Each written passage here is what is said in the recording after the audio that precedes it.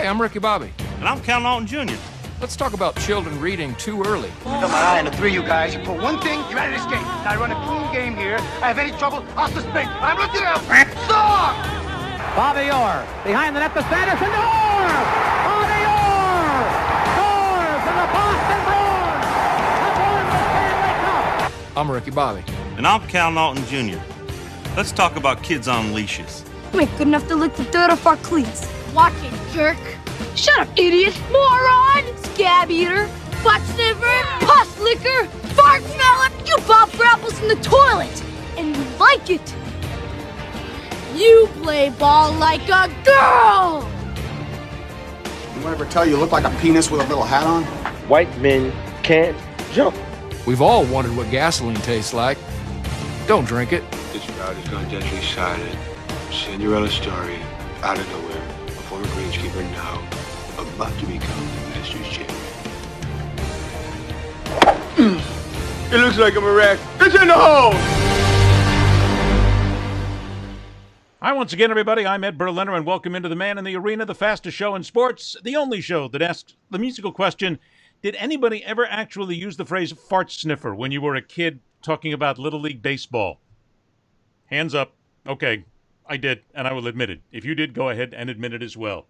The fastest show in sports now digs into a little bit of everything because we are back to something that many years ago we called the sports reporters. Remember, some of you will remember a very long time ago, it's almost like ancient history right now, that there was this great show out of Chicago called the Sports Writers on TV. We took that at my company and we turned that into the sports reporters that we used not only in syndicated radio at the time, but we also used the press box. That show was for many years, for 4 years actually.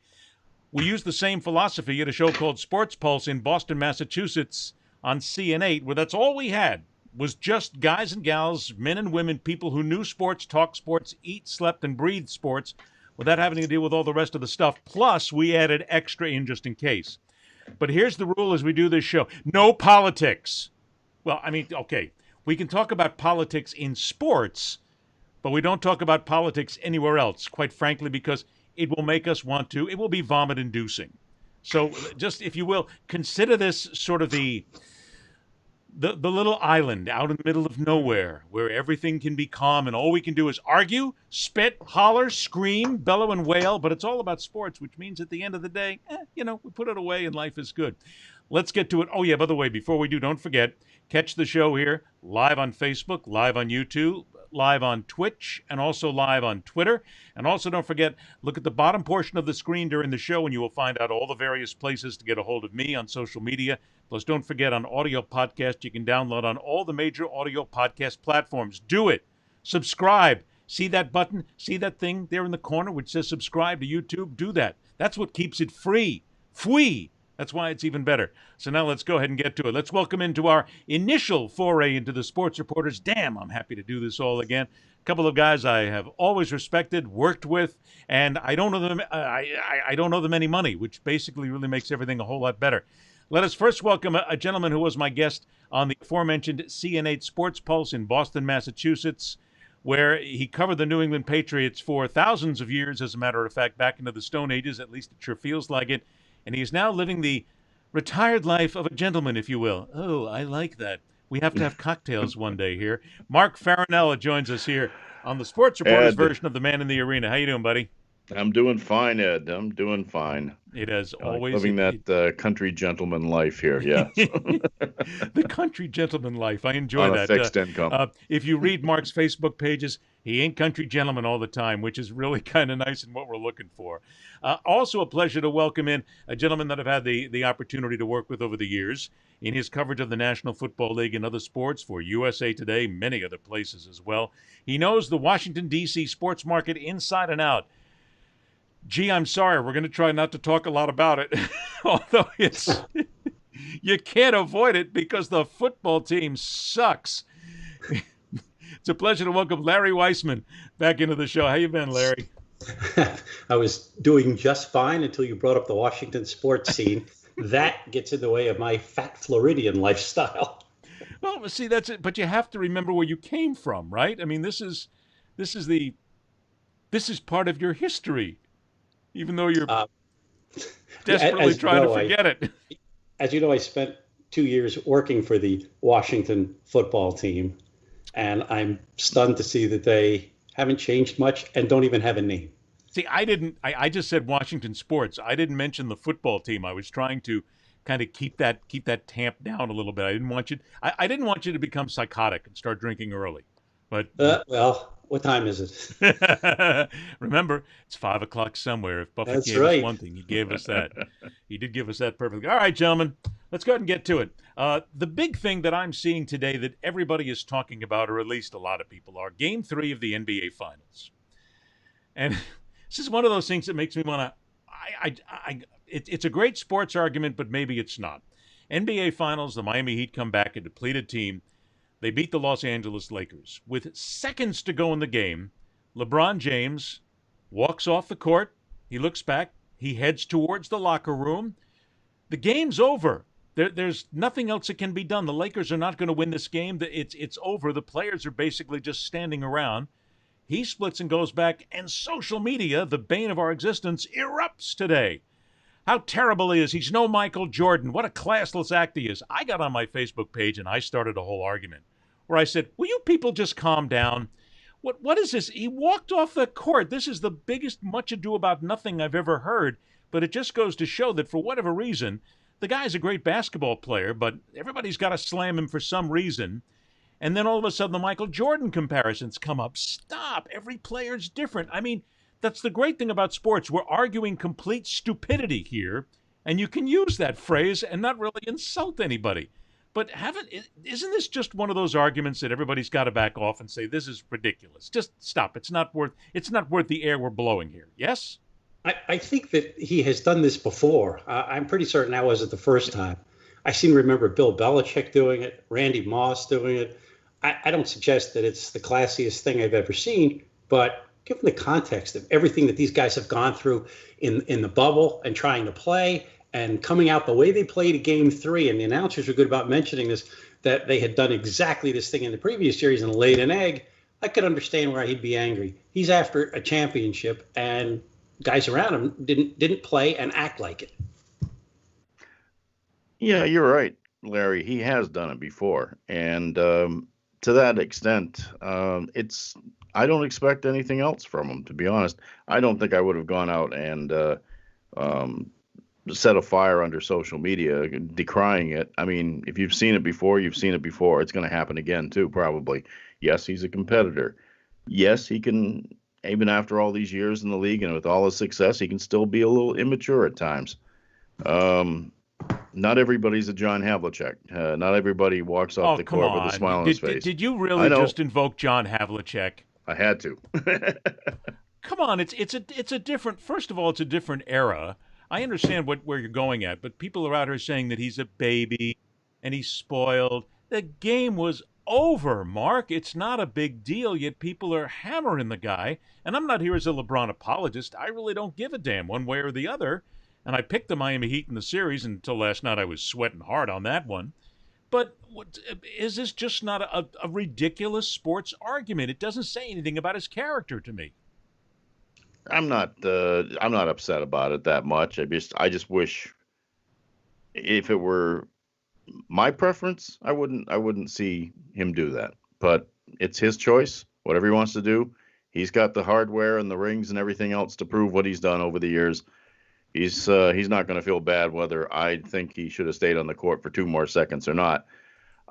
It's just not the way I would conduct myself. But then again, I've never been in his shoes, so I can't really say that that's valid at all. I just think that when you are at a certain level in your sport, I think that it's kind of incumbent upon you to try to act maybe with a little bit don't we of kind a of higher put that a sense of little bit dignity, too far here? I mean, I hear what you're saying, that because he's the leader of the basketball team, he's one of the best players in the league. I hear you. Isn't that sort of like, and I'm going to invoke this because I think it's time to. Isn't that sort of like the old white guy thinking here? You know, the old sportscaster guy thinking, oh, you've got to be like John Havlicek back in the 50s and 60s. Well, I could have said Russ. I could have said any number of players. I just chose John because I just, I get it. You love a big John. fan. I get that. You can't just start throwing everybody out for one incident of theoretical bad sportsmanship, or you'd be throwing everybody out at one point or another. Of course. And so much is put on LeBron James, and also he takes a lot on. In all of the things that are going on with basketball and the bubble and the social conditions that they're trying to change, he has stepped forward and made himself a spokesman and done a lot of really good things. Oh, absolutely. Would you prefer that he stay on the court? Sure. Is that that big a deal? No. And to reference something you said right at the top, Ed, this is one of those deals where you wish that like the comment sections on stories online didn't exist, because everybody's got an opinion.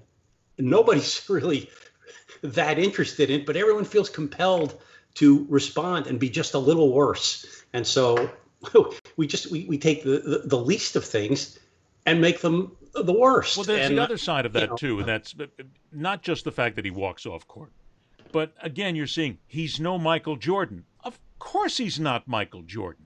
He's not Michael Jordan. He's not Wilt Chamberlain. He's not John Havlicek. He's LeBron James. Why is it that we always have to put these incessantly foolish comparisons in there to somebody that he's no Michael Jordan? Who cares? I mean, really, who cares if he's not Michael? Of course he's not Michael Jordan. Every player and every unique player is his or her own self. So what is this incessant need we have that we've got to throw him up and say that he's not like Michael Jordan? To me, that's an even less intelligent argument than the whole he walked off the court with seconds to go. In another 10 years, somebody will say, well, he's no LeBron James to someone else. That's part of sport. That's part of the whole thing about watching these sports, putting it in the context of history and all that. Yeah, I mean, is it silly to compare Jordan to James? Yes, entirely different players. But when you reach a certain level of greatness, that's almost inevitable. That comparison is going to be made no matter what, And so I don't feel terrible about it. The big problem, of course, and you mentioned it, is social media, and everybody has an opinion, and we know the phrase, but everybody has something else of as well. Opinions are like them. Everybody has one.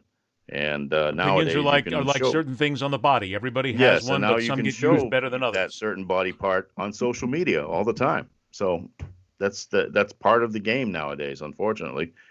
And there's the other side of that with social media. Had social media been around when Michael Jordan was playing, I can only imagine what people would be tweeting and talking about him with regard to Facebook, because those of us who were there know he was a brilliantly talented player, but he wasn't the nicest guy in the world. I mean, there were a lot of things, a lot of peccadillos that Michael Jordan carried around as well.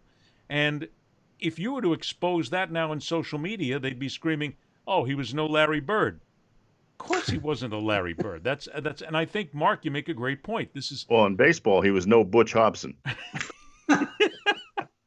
I'm stuck in a real Boston crowd here. He was no Buddy Harrelson.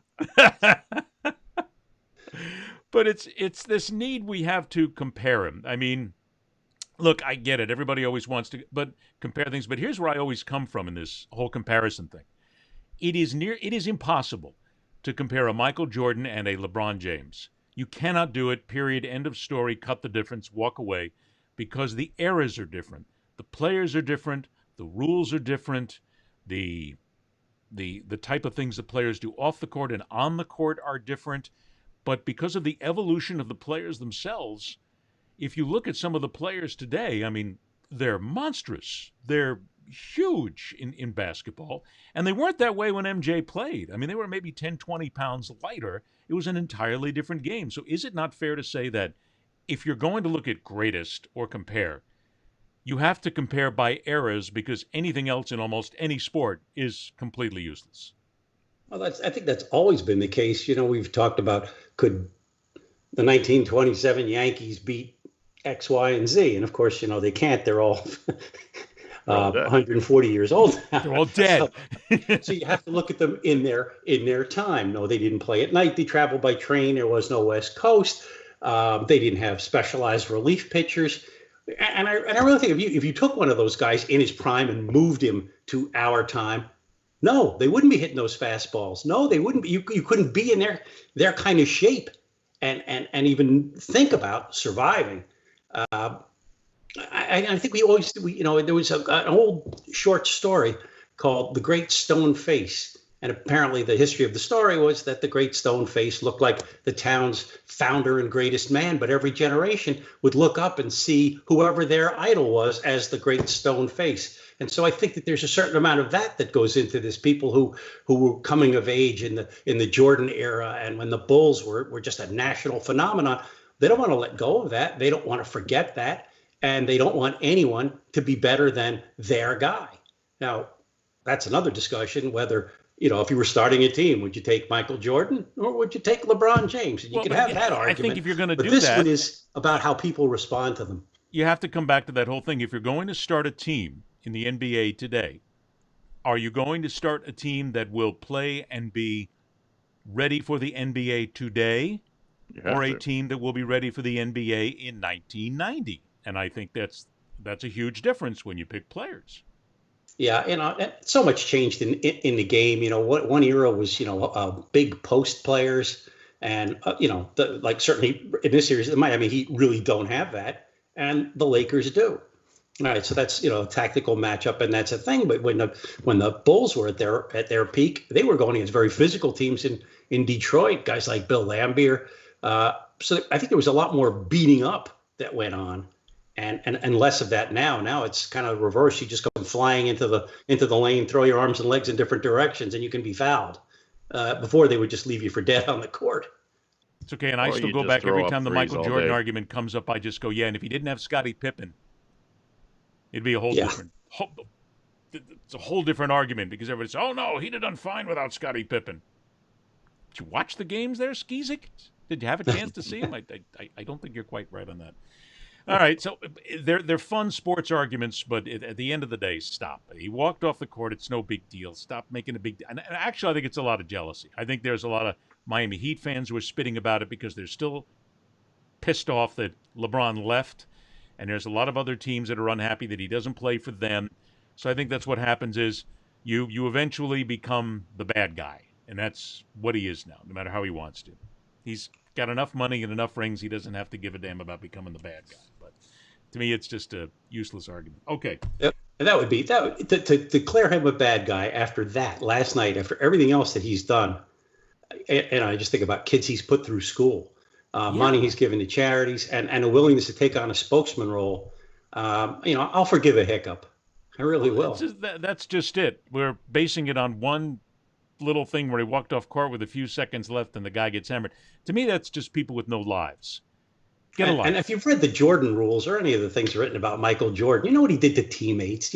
When I was in Washington and he wasn't a nice guy. He drafted. Oh man, he ruined that kid. Not a nice man. But people don't remember that. Let's go ahead and move on to football. The New England Patriots, we do this show live on Monday, October the 5th, and the New England Patriots are going to play tonight without Cam Newton, thanks to the COVID-19 pandemic, which we'll talk about here momentarily. But the Pats were postponed. They come into the game here. Mark, I know you covered the Patriots for a lot of years, and you're still close to the team. And matter of fact, you live up there where the air is thick with Patriots all the time. Is there, with regard to all this and Newton testing positive, was there a general sense that this was going to happen sooner or later? I mean, look, I've been saying for a while, I think the National Football League has thrown their players into this petri dish, and they're gambling with their lives, hoping that everything is fine. And in this sense, they blew it, and now we're seeing what happens because the Patriots don't have a quarterback. Well, they had Jarrett Stidham, Joe Brian Brown. Hoyer. You pick him off Brian Hoyer get the start.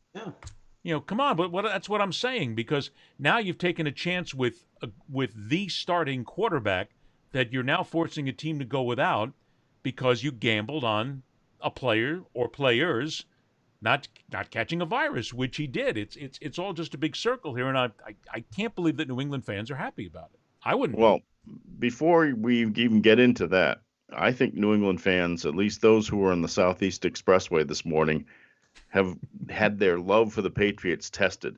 The Massachusetts State Police actually stopped traffic this morning during the height of rush hour into the city to let the buses for the Patriots go to Logan Airport. And remember, this is only one of two buses and two planes that they're using today. They flew both of their planes down to Kansas City 20 players who had been exposed or at least were in close contact with Cam Newton, and coaches went on the Logan plane, and the other guys, the rest of the team, went out of TF Green. They both landed in Kansas City safely at about the same time. But the traffic jam on the Southeast Expressway going into town was incredible, and I gotta believe there were a lot of people who were pretty cheesed off about that. Okay, all that being said, yes, I think there's been a feeling that there's a sense of inevitability with the pandemic now in I think it's the 32nd week or so since things were shut down. I think people have been waiting for the other shoe to drop in a lot of ways. I think people in New England might have been a little surprised by this, though, because they are so familiar with the tales of Bill Belichick's tight control over everything, and the way that they really keep a check on just about every aspect of a player's performance and behavior on and out of the stadium.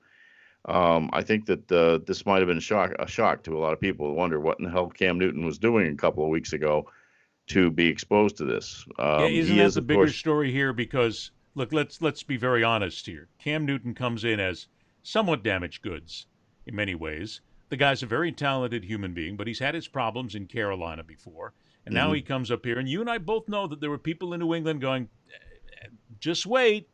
Newton's going to do something. Something's going to happen. And this guy's going to explode. And the Patriots are going to have to deal with it. And now you do have to ask yourself. And Mark, I think that's a very undercovered story here in all this. Because if Newton winds up testing positive, where did he get it from? If it came from somebody else in the locker room, we got a bigger problem. But he is sort of the interloper here and the new guy, so there's going to be a lot of suspicion as to what he was doing, and was he the guy who broke the rules? We'll never know, and the Patriots will never tell us, but that doesn't help his reputation any. Yeah, and at this point, they don't know if Newton's the only one. I mean, all the tests, they've been tested, I think, 3 times since the initial postponement of the game. I think everybody has, except Newton was the only positive test in the whole team. So far, so good, but as anybody who's been following this knows, it may take a few days for people who are exposed to it to develop enough virus to it actually be detected. I've gone through the test. I know a lot of people who have. I know people who've had multiple tests negative one day and then positive 2 days later.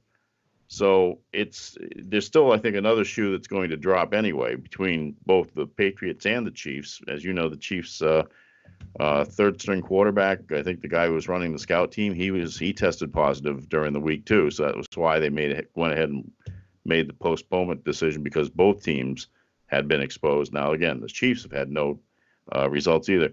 I think with Cam, the whole thing about him is that he's come in here, as far as I can tell, and I'm still in pretty good contact with people up there, although I haven't been able to set foot in the place this year because of the restrictions. I think he came in here with a great attitude. He came in here hungry because of the way that his career in Carolina ended. I mean, he 2 injury-plagued seasons, and he basically cut off and sent out to float out into the ocean, basically.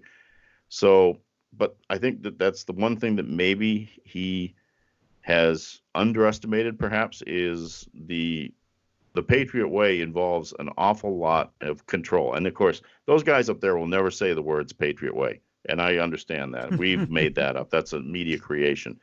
But the fact is, it is a very controlling and very limiting atmosphere. If it wasn't, a certain number 12 wouldn't be playing in Tampa Bay right now. He took 20 years of it. He had enough. But I think maybe Cam might have gone out. Who knows? Might have gone out and just figured, I got to see the town. I'm a man about town. I want to be part of it. Who knows?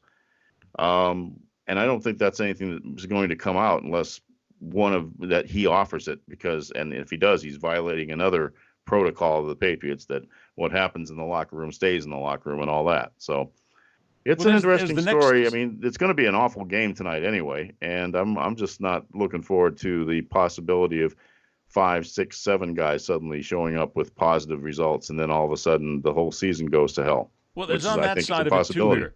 Because, Larry, I said this last week when I was talking to my buddy Joe Casal. We had him on the show, and we were talking about the NFL and what they've done here. And I still think it's this massive petri dish here that they've poured their players into. They're gambling with the health and the lives of their players here in order to get the season underway. I get that. Look, it's all about money. But what we're seeing here, and people will say, oh, come on, Ed, it's only one test. It's only a couple of tests here and there. Yeah, one test, a couple of tests, a game gets canceled and postponed. We're going back and forth. To me, it's just the lack of leadership, the lack of transparency in the National Football League here.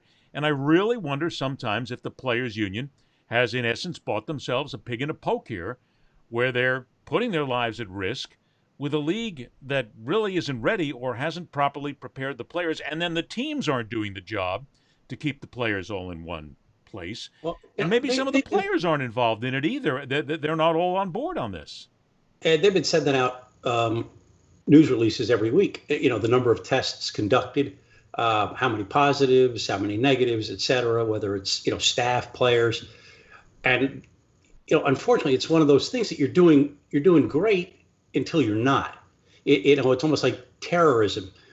You can't stop one of, 99 out of 100. You got to stop all 100 or you're a failure. And it's the same with this. I generally wouldn't blame people for contracting this virus. It's incredibly contagious. It's like, you've seen events referred to as super spreaders, or some people are considered able to. It's not the flu. Excuse me? It's not the flu. It's definitely not the flu. And it certainly affected an old USFL team owner, but we're not going to go there. So, I don't know where Cam Newton was. I don't know what he was doing. I don't know if he was at a charity event or if he had people at his house. I can't tell you. And I don't know that anyone really has a full and firm idea. But to your point about the sense of any game being a germ spreader, just look at, the offensive and defensive lines are breathing right in each other's faces. And as far as I can tell, none of them look like Jesse James under there. There's no masks. Well, I mean, let's be real here. If you look at the number of players in the NFL and then the games thus far and the number of contact plays and the number of plays from scrimmage, you would then have to, if you take that number and think, hell, they've been pretty damn lucky to this point, if you take it at that sort of an idea. But it is, again, that one chance that something happens now. And I'm wondering if after this, if the league will really crack down, if the teams will really crack down, if the players will understand what is at stake here. Because as I've been told by some friends of mine who are close to some of the players, they feel that nothing will happen. The NFL will not cancel the season. They'll continue to postpone games. So if we get a couple of teams that are sick, big deal, walk away, we're not that concerned. We're all going to make it anyway. And if it's that kind of an attitude, then people aren't really going to care whether or not they get sick. You have to have that mentality to play this game. You can't go out there thinking, I'm going to get hurt, because then you will. So you can't walk around in this thing thinking, I'm going to get sick, I'm terrified. You have to be that animal for 60 minutes on the field, and you have to get through all of the other physical and mental things that come with this as it is. The thing about it is they can't quarantine this many guys. Or maybe they can. I don't know. It's not like the NBA where you've got 15 guys on a team, a few coaches, et cetera, and you're done. This is, 60-something players, 60 to 70 players, 15 to 20 coaches, medical staff, and a lot of them are not going to want to be away from their families, unlike maybe in the NBA, because you're not going to play every night. There's practice, there's whatever. You got young guys that are going to want to go out. And they really can't.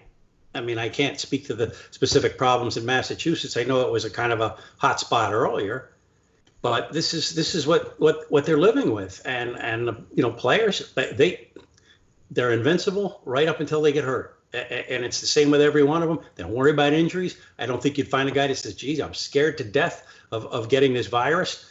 They don't want it, but they're not afraid of getting it. All right. And I think that there's one thing that's happening right now is I think everybody is holding their breath, hoping that they don't have multiple outbreaks like what happened to the Tennessee Titans. I mean, if you have that happen and you have maybe 14 or 15 teams suddenly coming down with multiple cases, you're not going to be able to continue the season. You're going to have to interrupt it at some point and then try to find some way to legitimize it at the end, because they're committed to having a Super Bowl in Tampa this year. And I would expect the world to end before the NFL says, "Oh, we'll cancel the Super Bowl." So that's the thing I think that everybody is on pins and needles about. And then, like Larry said, you really cannot put these guys in a bubble. It's not the same as the NBA or the NHL. I mean, you have much larger rosters, and again, the big gap between games. I think it's a logistical impossibility to do it. So if they kind of knew if they were going to bring football back, they were going to have to take a risk, a huge risk, and it's a legitimate risk that people have accepted. But I also have to wonder, as you have pointed out many times, Ed, whether it is a legitimate risk to ask human beings to undertake, and whether this has been a good decision all along, or whether it was just asking too much. I wanted to get to that whole, because you touched on the bubble issue here, and the NHL did a brilliant job of putting the bubble together for the Stanley Cup. They were really the model for the way things were handled. The NBA did a great job as well. They had a couple of early shots, but it was basically knuckleheads who decided they were going to go out there and test the limits of what they could and couldn't do. Baseball was the worst of the bunch because, again, that was a collection of knuckleheads, specifically in certain teams who decided that they were going to go ahead and test it. Let's leave that alone. But we've still had that bubble concept. We are never going to see this bubble again. We need to understand that. This is never going to happen because the leagues can't do it. They lost too much money with fans. They lost too much money with games. They lost too much money with sponsors. So knowing full well that the bubble is never going to happen again after this, where do these teams go right now? Because I had this discussion last night with some friends. I said, we're still in the pandemic. You can't just open up a stadium to 20, 30, 150,000 if you're in college football right now. And I've seen some reports where teams are looking to use their parking garages for almost big screen TVs that they're going to put in there. The Miami Dolphins are looking to put in beanbag chairs and cushy chairs in socially distanced little cabana-like things in the parking lot. But nobody mentioned what happens when they get a monsoon at 2:30 in the afternoon at a 1 o'clock game. That'll change everything right there. I mean, they're all coming up with these wonderful ideas to use parking areas and less in the arenas and stadiums. Fans are not going to stand for that. Because can you see somebody being told that you're going to pay $150 for a ticket to go see a football game and you're going to be sitting outside in a beanbag chair watching a large screen TV? So, gentlemen, do we not admit that we have reached, in many ways, a point of no return with regard to fandom in sports? And it's going to change one way or the other. And maybe it's going to change where teams have to learn to get along with less money. I'm sorry, I didn't mean to say that out loud. That was just terrible of me. Where do we go from here? I don't see a good place in the short term. I think the NHL, the NBA, as we said, did a great job with what they had, but their plans, I think, for the near future when they restart for the 2021 season, do consider having people in the stands. And I can promise you, I wouldn't be one of them. I wouldn't be one of them. I mean, you still have to worry about who's not taking Nobody's the vaccine. Taking care of me like that. Yeah, you still have to worry about a nation where most of the people say they're not going to take the vaccine early on, and I get that. But if you even think about a year from now, and if there is a vaccine, will 100% of the people have taken it? Absolutely not. You'll be lucky if you hit 50%. So if you take, let's say, an arena at that point, an arena holds 18,000 people, what are you going to do? Put 3,000 people in it? Teams can't exist like that. They can't make a profit. You can't pay the big money. Something's got to break. I think, I don't know if you got to see any of the South Carolina, Florida game Saturday. People were shoulder to shoulder, no masks, sweating in the heat of the swamp. Georgia did it too. I don't know if this is sweat borne at all, but it didn't look safe. And I think once you get an outbreak of fans, to go with these player things, because the leagues can't really control who's coming to the game and what kind of behavior they've exhibited. So if you put people together and they're spreaders, other people are going to get it. And now you become essentially a pariah. Nobody's going to want to go because people got sick at that game. So I think that's a really dangerous area. Can they continue to go like this? Sports like the NFL, or college football where, 75, 80,000 people is what really pays your bills in a lot of ways. I don't see that coming back right away. I think it's going to be a while. It could be years before it comes back. So where do you go? Where do you go from here trying to put something together? And does the fan have to now expect less? Well, I know for one thing, here, the Patriots offered the season ticket holders the opportunity to opt out of this year, but to have their accounts forwarded to the next year. So basically, if you put down your usual deposit, it would be for tickets for the 2021 season and not 2020. Right. They are expecting to have the stadium back and open for next year. Right now, the Patriots have plans to go to about 16,000 in a 66,000 seat stadium if they get the okay from Governor Charlie Baker here in Massachusetts. That has not been forthcoming yet. They did say no to the 2 September games. When they come back from this game, they have the Broncos at home next Sunday. There has been no word yet as to whether they're going to allow fans. I know that they have they've lined the sidewalks and all of the areas leading to where the ticket gates would be with markings for social distance. So they're preparing for the possibility of getting fans into the stadium this year. Whether or not they're going to get the okay right now, though, that's up to Governor Baker, and he has mostly erred on the side of caution up here.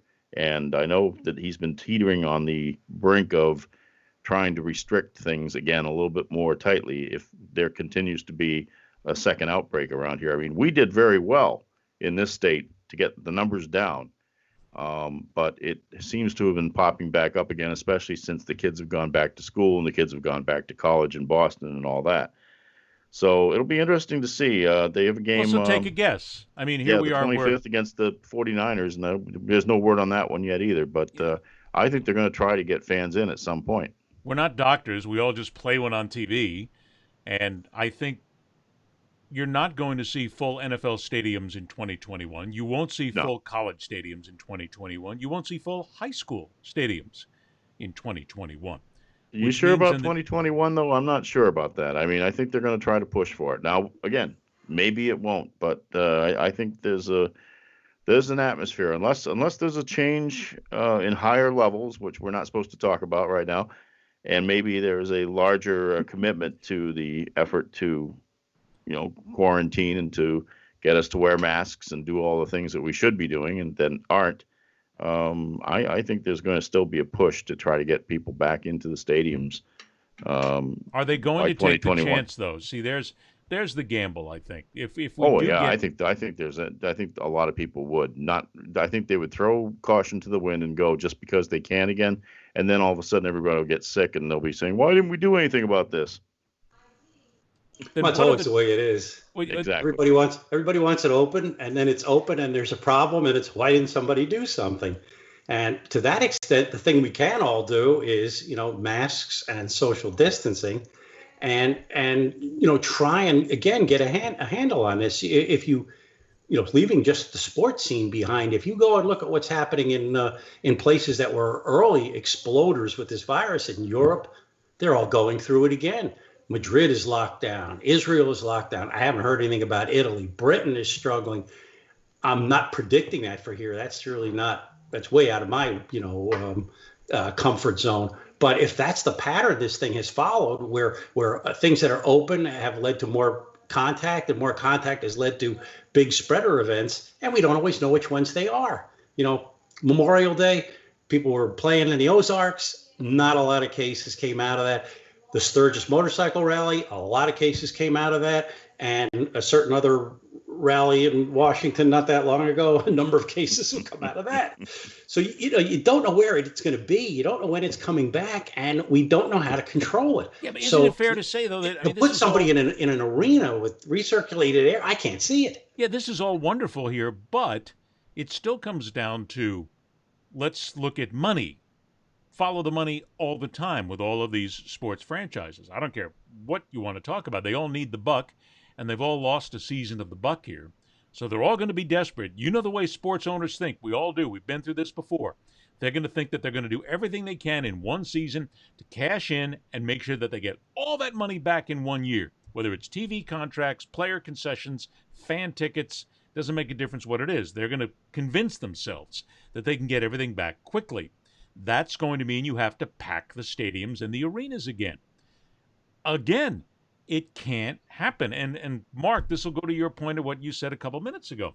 If you get down to the beginning of a National Football League season and 40% of America has been inoculated with a vaccine, because we both know that 100% won't do it, would people still do it? Yes, I'll agree with you.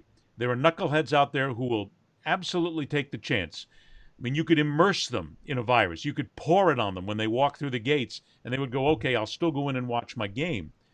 But you're still then putting an entire nation at risk. Do the teams allow it? Do the leagues allow it? Do the states allow it? And that's what I think is a big thing. You pointed out the states. Look, there are states such as Georgia who will do it. Florida will do it in a heartbeat because the governor there doesn't care worth a damn. But are all the other states going to be willing to say, sure, come on in? We don't care. I just don't see it. See, that's when Ohio already has restrictions. You know, they let Ohio State do a certain amount for when they come back, and I would wonder if like the Big Ten and the Pac-12 are starting to have second thoughts, seeing where some of this is going or can go. Sure, they are. They're having second thoughts because they see other teams making of money. Massachusetts, though, Ed, because even though we have a Republican governor, he's acting like a Democrat and being a little bit more cautious than perhaps your friend there in Florida and a few others. My close buddy, if you will. But let's not even go there. But you and Ron. I just don't see where the future of sports is going. And I think that if we look at when things could be back to normal, I mean, real normal, can we not agree that that's at the earliest 2022? I think a lot of that depends on what kind of vaccine is produced, how many people use it, and how effective it is. If that happens and something and inoculations can help, I think then that speeds the process. If not, then I think it's not unrealistic to say that we might be a couple of years down the road before we are really out of the woods. And just listen to the most of the guys who will speak out and not tout the company line up there in Washington would say that it's going to be a much longer process than some of the overly optimistic predictions that have been made. So yeah, I think it all hinges on basically what happens off the field in terms of a vaccine and how well everybody adheres to some of these procedures that should help us avoid infection. The anti-vaccination nuts will be out there in droves, and that's one of the banes of my existence. I've gone after them over the years. What do you think, Larry? 2022? I would agree with that. If then, as we stand now, you can't have big crowds in certain places. That's enforced on some types of gatherings and not on others. The other aspects are the parts of sport that you may not see come back. They may not allow tailgating. Too many strange people or people who are strangers, let's say. Well, it could be both. I was going to say, you better back up on that because there's always been strange people at tailgates. Strange people gathering with other strange people in parking lots. That's no good. People in campers, these college games. People show up at Clemson, or used to, on Thursdays with their trailers and their trucks and park in their condo parking spaces and sit around and have beers and barbecue. You're not going to be doing that. That's not going to happen. Some people don't want to stay in hotels because you're trapped indoors. You can't fly to the game. Well, you could if you're willing to get on an airplane. I haven't seen one in so long. Orville Wright could walk in my door, and I would think he's a modern character. So let us then move on to something which is even more vomit-inducing, if you will. I say, Larry, I swear to God, I had to save this one just for you because it's just so wonderful to see. I enjoy going on social media on Sundays, and I put down the trifectas and the quinellas of the teams that I am happy to see lose. And yesterday was an awesome day. Sunday was perfect, where there were certain teams that bit the dust, including the Raiders. And the Jets lost earlier in the week, and the Giants lost, and the Cowboys lost. It was perfect. I'll go ahead. I'm going to get hammered by certain people for that. But the NFC East is just the biggest vomit-inducing, incredibly bad division ever. What happened? I mean, it's look, I don't know about you. I'm thrilled that the Dallas Cowboys are just a bad team. That's all. That's just me. It's just one of those things. I'm happy to see Jerry Jones fail. But what is it about the NFC East? Well, the Eagles should not be as bad as they are, but they've had so many injuries along their offensive line and to their receivers that, they'll play better as time goes by. The Giants are just rotten to the core, and I don't think they're getting better anytime in the near future. The Washington football team, close second there. The Cowboys, I didn't think Mike McCarthy was the greatest hire that they could have made. Oh, he's awful. He's awful. Now Prescott's a good player. Ezekiel Elliott's a good player. They've got receivers, but they don't tackle any better than I do. And even when I was younger, I didn't tackle very well. Can we just say about Prescott for a minute, seeing as you're there, because he's taken a tremendous amount of heat. That Dak Prescott, he's not a bad quarterback. He's an above average quarterback, but the biggest problem is he is stuck in a franchise that is one of the worst run franchises in the National Football League. And you can say that for another team in the NFC East, the Washington football team. But Jerry Jones has screwed, blued, and tattooed those fans over and over again with some horrible ham-handed moves that he's always made. He can't keep his hands off the team. He just puts coaches in there. He lets coaches stay who don't deserve to be there. The player personnel is terrible. I think Prescott could be a much better quarterback if you put him in, I'll get hammered for this, you put him in the Patriots system, that guy becomes a great. But in Dallas, he'll never be a great. Probably. Because, they work to your strengths and they don't install an offense that is things you don't do. Whereas, McCarthy comes in and he's going to bring you what he brought the Packers those last few years, which wasn't much and made Aaron Rodgers very, very unhappy. To your other point about coaches who stuck around too long, Jason Garrett had plenty of opportunities and now is running the New York Giants offense. How about that? All of a sudden, you're making an Adam Gase correlation, but that's going to be almost. That'll be the next one. But it's nonsense here. How did that guy get another job? Sure. I mean, look, Adam Gase never stole a freight train, but in the same breath, he didn't deserve to be a head coach in the National Football League. He hadn't earned it. He certainly didn't earn the chance to be the New York Jets coach after what he perpetrated in Miami. That was a disaster that he left behind inside and outside the locker room. So is it not fair to say that if we're looking at places like the NFC East, what we're looking at here is, at least with Washington and Dallas, and, you could probably make the case for Philadelphia and even the New York Giants right now, it's just bad ownership. Period. Stop there. I feel bad for...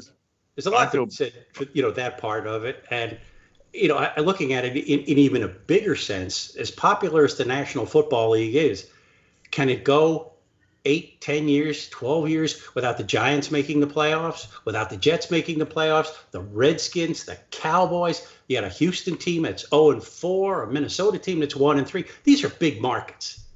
And if people start turning this stuff off when there's no live crowd to offset it, you set a really dangerous precedent here. It's one thing to make fun of the AFC South or the AFC North. If the Bengals aren't a major portion of your Sunday, fine. But the Cowboys, the Giants, the Redskins, and maybe I'm skewing old here. No, I remember when they were something. Larry, I agree with you, and I think it's really, as much as a New Englander, I am not a fan. Although I'm old enough to remember when the Giants were New England's team, but to have New York to be such a football wasteland I don't think it's good for the National Football League over the long run. I feel the same way about Dallas. I mean, look, I just absolutely despise Jerry Jones almost as much as I despised Donald Trump when he was the owner of the New Jersey Generals.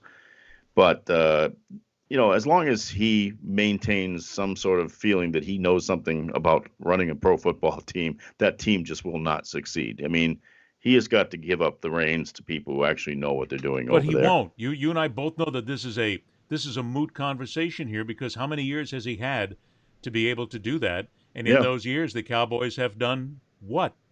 Nothing. They got lucky at a certain point in time. Not lucky. They were very good. They were very, very good. And they did some very good things, and yet he's lived off that ever since. I feel bad for Joe Judge. He's a nice guy. He lived locally when he was around here. And, was actually a reader of mine, which I kind of enjoyed. But the fact is that I don't think he was ready for that job, and I certainly that I had a lot of respect for the Mara family and thought that they were running a top-notch franchise. But what in the hell has happened to the Giants? What in the hell has happened to them? They make strange decisions about personnel. They hang on to one guy too long. They ditch another guy too soon. I don't know. That's the Giants. And like you said, that may be the greatest wasteland in all of football right now is the NFC East. And I don't know if it's going to get much better. And if you think about it, there's no reason for it to be the wasteland because look at the money and the tradition that's sitting there. When you look at those cities, Washington, Philadelphia, the Giants, and Dallas, I mean, that is, people may not want to say this, but that's a cornerstone of the National Football League. Right there. And Mark, let us not forget, too, that the Eagles have a fairly recent Super Bowl victory, too. Sure. So what's happened to them? To collapse that quickly says that something, again, goes wrong in the front office and the way they're running that franchise. And look, you can scream, holler, bitch, moan, caterwaul, whatever you want, but at the end of the day, the New England Patriots, and I'm not doing this because I lived in New England for 4 years. I'm not beholden to them. But if you want to run an organization, you take the Patriots model, you put it to work in what you're doing, you get an owner who takes his hands off, lets a coach do it, lets people do their job, and walks away from it. You can't win consistently without it. I think all three of us know that you can get lucky every now and then, but you can't win consistently unless you do that, which is why if you look at those teams, and you can look even closer to where I am with the Miami Dolphins, Stephen Ross. He got involved way too much from an ownership level, and finally, he's taken his hands off the wheel. Unless you do that, you fail in the National Football League every time. I used to spend a lot of time with Jerry back, certainly when the Cowboys were better.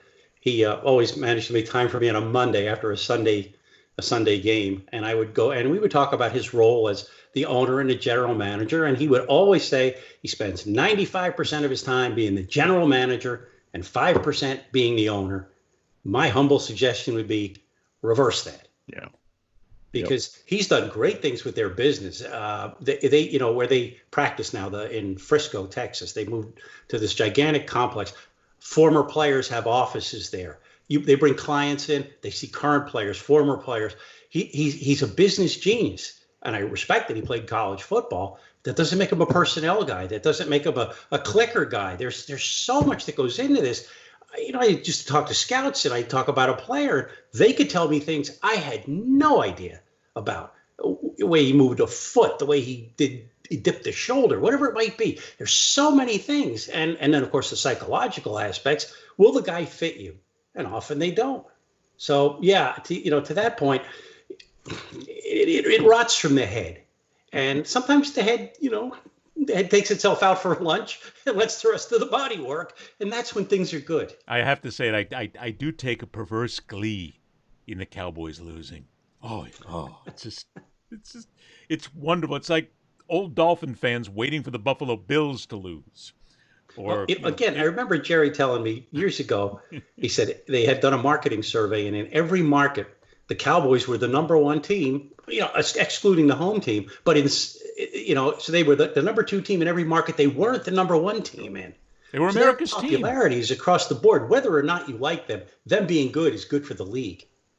Isn't it kind of one thing you mentioned, Ed, though, and I think you mentioned about taking the Patriots model, though. Isn't it interesting how many members of the quote-unquote Belichick coaching tree have failed miserably once taken away from Belichick? What does that tell you? It tells me that maybe it's Belichick, and maybe these guys work well in his system. I've obviously known many of them over the years, and many of the guys that went out and tried to set up systems similar to Bill, but maybe with a little difference here and there. Now that they were away from the overwhelming influence of the hoodie, it just hasn't worked. Look at O'Brien. My God, how bad are the Texans right now? Wow. And that's the thing with the Belichick tree. These guys don't just fail; most of them fail spectacularly. Exactly. Josh McDaniel, Matt Patricia. Matt Patricia's going down the pipe right now. Vrabel's doing a pretty good Terrible job, but he was a player, not a. I don't remember him being on the coaching staff. No, he wasn't. So I wouldn't. Well, I'd say he's a part of the tree. He's sort of a distant branch. But these other guys who go places and try and be somebody they're not, well, you lose the players immediately. They know if you're authentic or not. Well, you still have to go, when you say it rots from the head, and it's very true, you still have to look in the New England organization that there is Belichick, but it is still the Kraft family. That is still the money that sits there. And there are decisions made about the franchise that do not affect the play on the field, that affects the overall franchise.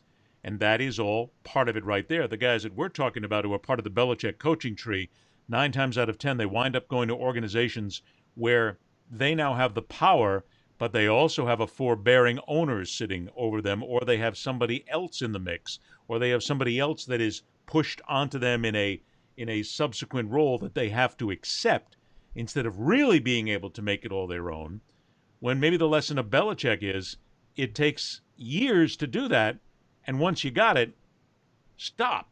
Walk away and just let it ride. And in that sense, imagine what happens when Belichick leaves. That's going to be the interesting part.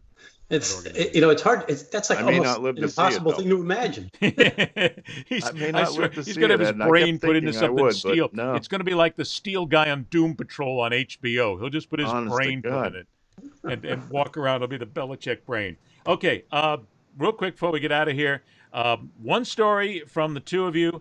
We've talked about a lot of different things, but I'll give you the free-for-all here. Something that's sitting in your car right now, something you just want to go ahead and get out there. It doesn't make a difference what it is, except for politics, because we don't do that, because we've done a real good show thus far, staying away from it. And I'm feeling clean. I don't know what it is. I feel like I've bathed in magic waters all of a sudden. I'm clean and free, and it's just sports. So one shot, things that we're talking about. Larry, you first. Now I'm going to go back to something I said earlier, the comments section and social media. We're so cavalier about so many things. You see a guy playing in the NFL or playing in the NBA, and this guy stinks, and he's this and he's that. Do you know what it takes to get to that level? Sure, on a certain level, maybe that guy isn't that good. And I'm not trying to take stuff away from fans. I think that they should always have these discussions about which player is better or which player is worse. But this incessant mocking of people and poking fun at them and just tearing them down.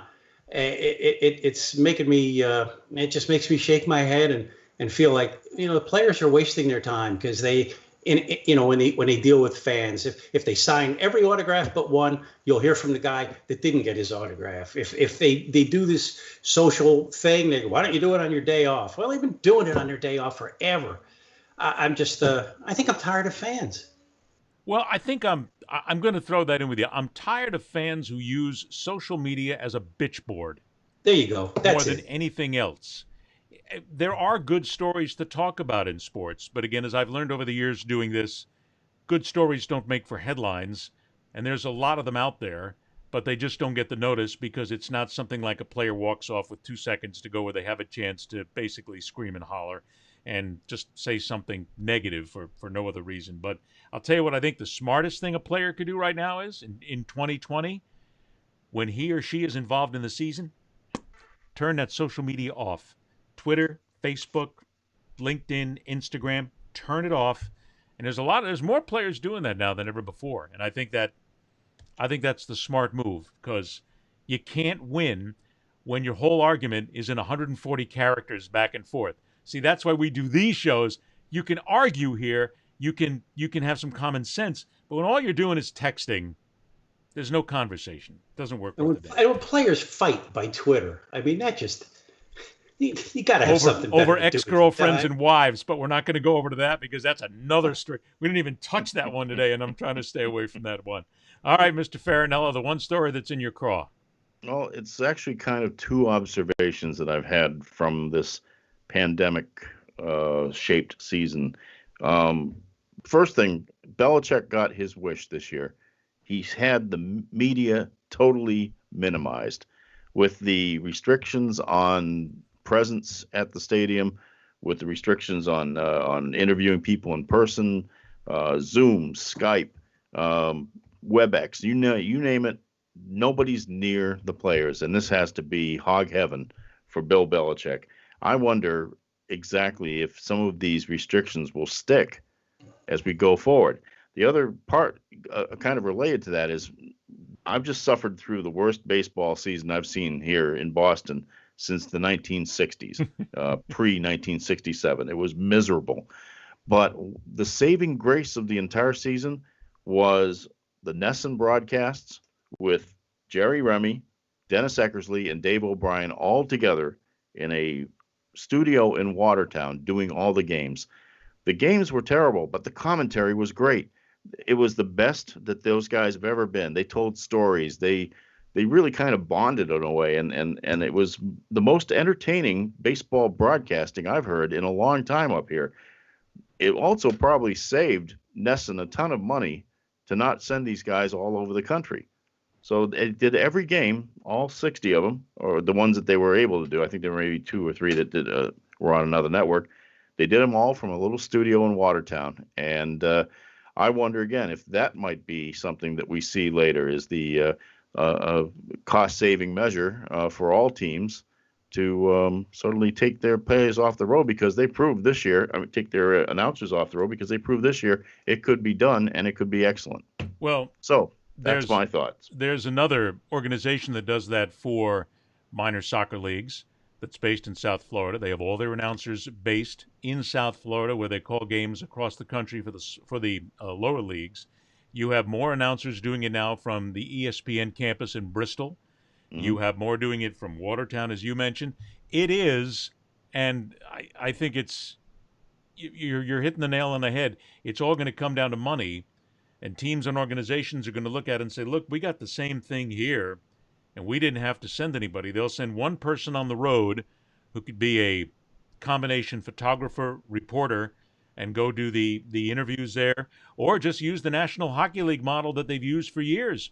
The NHL puts people in other studios in Toronto or New York, and they just have the players stand up to a camera to do the between periods interview.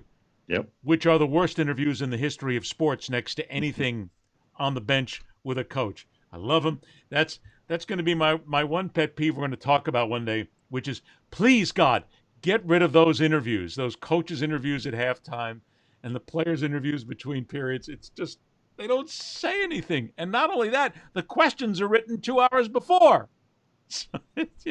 Teams got to play better. We need to get more out of our offense. And if you get that out of Bill Belichick, you're really lucky, because on the times that they've had people try to get him maybe coming back onto the field, I've seen it any number of times. If he gives them more than a 3-word answer, that is a success on the part of the reporter. I have told people that I covered the Patriots for almost 4 years in the early 00 when I was in Boston. Mm-hmm. I could go back and find those tapes, and I could play them right now, talking about any game and any post game, and I could just pick the bites out, fit, and you could walk away. Belichick is consistent more than anything else. Absolutely. Reminder, everybody here, let's give everybody the Twitter handles here to get a hold of everybody. First of all, for Larry Weisman, it is at Mr. Larry Weisman. I like that. Sir. You know, Mr. Larry Weisman. I like that. That's all tough stuff. Mark Farinella.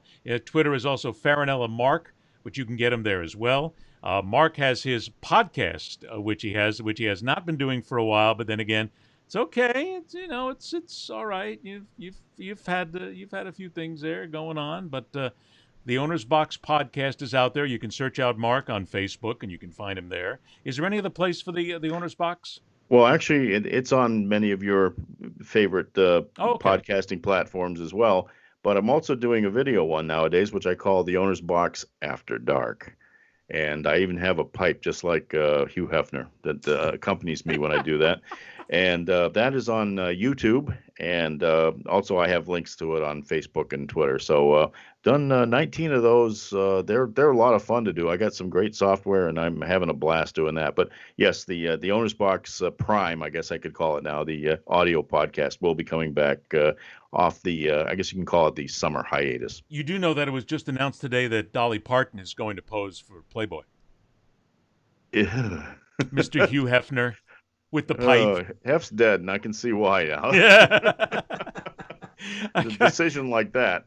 God bless her, but I had all those Playboys, got rid of them a long time ago. I think I have 20 of them, which might have some value or some sentimental value. I got rid of them a long time. I carried those suckers with me across the country for a while. Oh, come on, Ed. You just bought it for the articles. I know. I did. The Ian Fleming articles were magnificent, and the Playboy After Dark jokes are still funny to this day. Of course, it's the page that the dark jokes are on, but that's another story altogether. Gentlemen, thanks so much. We'll do this again. The Sports Reporters debuts here with a couple of guys who are not afraid to tell us exactly what they think, which means we're all going to go out and get our lawyers real soon. Thanks so much, guys. We'll talk to you soon. Stay healthy. Stay well. Will you? Let's do it. Mark Farinella and Larry Weisman joining us here. Be sure to stay connected on social media with questions, comments, conundrums, you name it. It's at Berliner Speaks on Twitter, Facebook, and on Instagram. A great place to talk business and learn a lot more about what we do is simply check us out on LinkedIn. Just go there and search out Ed Berliner. A reminder that every single episode of The Man in the Arena is uploaded to YouTube. Just go to welcometothearena.com, or if you're on YouTube, search out Ed Berliner Media. If you would prefer to listen to The Man in the Arena, every episode is available for download on all the major audio podcast platforms. The Man in the Arena is produced by Entourage Management, LLC, and Entourage Media.